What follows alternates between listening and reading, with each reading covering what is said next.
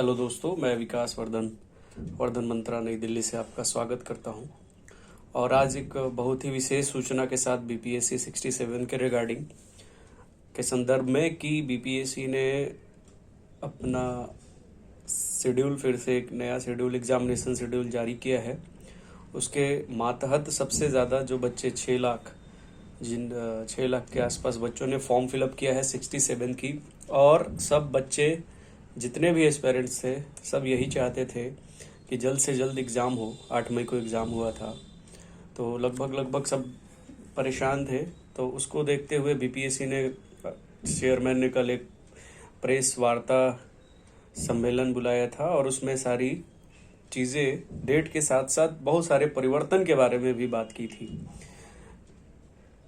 जो परिवर्तन हुए हैं उससे बच्चे काफ़ी घबरा गए हैं, डर गए हैं, लेकिन इन सब चीज़ों से घबराना नहीं चाहिए, डरना नहीं चाहिए। जो चीज़ें कहा जाता है कि परिवर्तन ही संसार का नियम है, और दूसरा है कि परिवर्तन हमेशा भले के लिए होता है।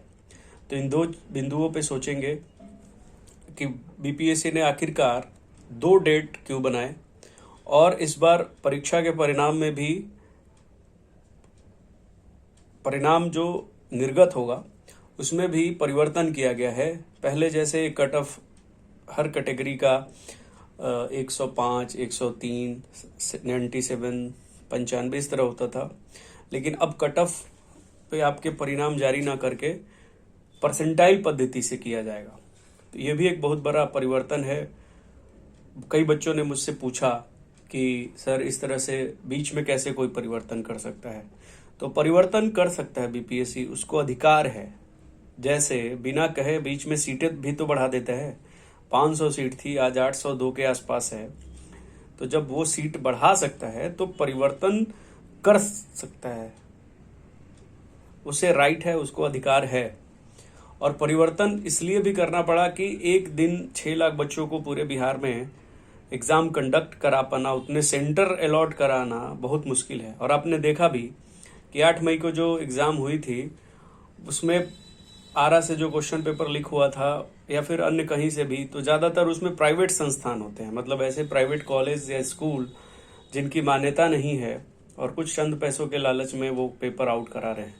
तो ज़रूरी था कि ऐसे संस्थान में एग्ज़ाम कंडक्ट कराए जाएं जो विश्वसनीय हो और जहां से क्वेश्चंस आउट करने की संभावना नगण्य के बराबर हो।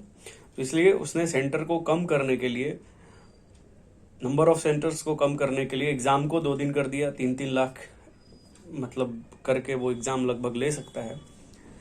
रहा सवाल प्रश्न का कि 2 पेपर बनेंगे, तो इसमें कोई दिक्कत नहीं है। इसके पहले भी आईआईटी, जेईई, आईबीपीएस, बैंकिंग जो कि ऑनलाइन होता है, उसमें भी कई दिन एग्ज़ाम हुए। अभी आप देख लीजिए कि सेंट्रल यूनिवर्सिटी का भी टेस्ट हो रहा है, कैट मैट, ये जितने भी एग्ज़ाम होते हैं ऑनलाइन, ये एक दिन में नहीं होते हैं, इसके कई चरण होते हैं। कुछ बच्चों का लाख करके 3 दिन 4 दिन अलॉट होता है। इवन अभी यूजीसी में भी कुछ ऐसे ही चल रहा है, 2 शिफ्ट 3 शिफ्ट, क्योंकि नंबर ऑफ सेंटर कम है और नंबर ऑफ एस्पेरेंट परीक्षार्थी ज़्यादा है, तो उसको मैनेज करना बड़ा मुश्किल है। तो सेंटर बढ़ा दिए गए, पेपर भी अलग होगा, कोई दिक्कत नहीं है। अगर आप पढ़ने वाले हैं, मेहनत कर रहे हैं, तो आपको घबराने की कोई ज़रूरत ही नहीं है। आप ऐसे भी पास कर जाएंगे, चाहे 2 दिन पेपर हो, चाहे 3 दिन पेपर हो, चाहे क्वेश्चन पलट के हो, क्योंकि आप भी जब टेस्ट देते हैं तो क्वेश्चंस तो बदलते ही रहते हैं ना, अलग अलग कोचिंग संस्थान के देते हैं। दूसरी चीज़ परसेंटाइल की बात है। परसेंटाइल होता क्या है समझने की कोशिश कीजिए। अब जितने भी कैट मैट के एग्ज़ाम होते हैं वो परसेंटाइल बेसिस होते हैं। जैसे सपोज कीजिए 100 अंक की एग्ज़ाम है, राइट। तो 100 अंक का परीक्षा जब होता है तो एक कट ऑफ मान लिया जाता था पहले कि 70 के अंदर जितने लोग 70 से ऊपर 71, 72, 73 जितने आएंगे, 80, 85 सबको ले लिया जाएगा। और 70 से बिलो जितने होंगे उनको नहीं लिया जाएगा। 70 भी होगा तो ले लिया जाएगा। तो परसेंटाइल में होता क्या है कि आप जो टॉपेस्ट लड़का है, मतलब 150 का एग्ज़ाम हुआ है, 150 अंकों का एग्ज़ाम हुआ है, उसमें किसी ने 135 अंक ला दिया, तो परसेंटाइल के हिसाब से 135 अंक जो है वो 100 परसेंटाइल होगा। और उससे कम जैसे आएगा 132, 130, 125, 140, सॉरी 125, 120, 105, और number of student, number of seat जो है कि बना लिया गया कि 800 सीटें हैं तो 10,000 बच्चों को लेना है, क्योंकि एक नंबर भी मतलब समान अंक के भी कई हो जाते हैं। जैसे 120 है तो 120 पे 5,000 बच्चे हो जाएंगे, मतलब 2,000 हो जाएंगे, 1,000 हो जाएंगे, एक एक नंबर पे भी तो कई बच्चे होते हैं। तो उसमें जो सीट है कि हमें 8,000 बच्चों को लेना है, तो उसमें कैटेगरी वाइज रिजर्वेशन देते हुए एक मान लिया जाएगा कि 135 टॉप है, टॉपेस्ट है, तो हम उसको 107 तक टॉप आ रहा है तो 107 तक ले लेंगे, 108,000 कंप्लीट हो जा रहा है। फिर 2 दिन का एग्जाम है, तो ये भी हो सकता है कि आधे बच्चे 4,020 वाले एग्जाम से लिए जाएं, 4,022 वाले एग्जाम से लिए जाएं, तो कई चीज़ें होंगी, लेकिन घबराना नहीं है। अभी से भी आपके 30 दिन हैं एग्जाम के, आप उसमें बहुत दिन से तैयारी कर रहे हैं, 8 महीने से तैयारी कर रहे हैं, तो मैं समझता हूँ कि 9 महीने से भी लगभग, तो आपके पास पर्याप्त वक्त है। अभी भी रिवीजन कीजिएगा, मार्क्स आएगा।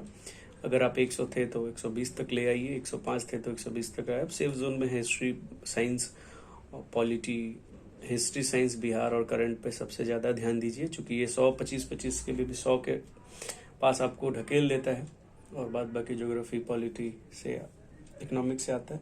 तो इन 4 विषयों पे सबसे ज़्यादा ध्यान दीजिए, और एग्ज़ाम को लेके घबराने की ज़रूरत नहीं है, ना परसेंटाइल को लेके, ना डेट को लेके कि 2 डेट में एग्ज़ाम होगा, और ना ही मतलब अच्छा ही है, जैमर वगैरह ये सारी चीज़ें लग जाएंगी, आपके मार्क्स जो हैं पेपर वो अपलोड कर दिए जाएंगे, प्रीलिम्स के भी, मेंस के भी, बहुत बढ़िया है।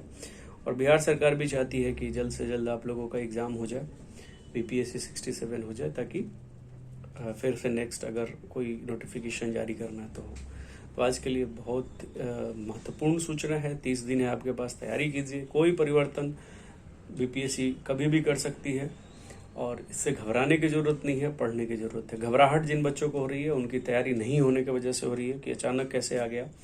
1 महीने पहले आपको दे रहा है नोटिस, तो कम नहीं है। 15 दिन पहले आपको एडमिट कार्ड आ जाएंगे, 10 से 15 तारीख तक उसके बाद आपकी तैयारी होगी। ओके, धन्यवाद, थैंक यू। फिर आगे भी मैं इस तरह के वीडियो बनाते रहूँगा। अगर आपने अभी तक मेरा चैनल सब्सक्राइब नहीं किया है तो प्लीज़ सब्सक्राइब करें, शेयर करें। धन्यवाद।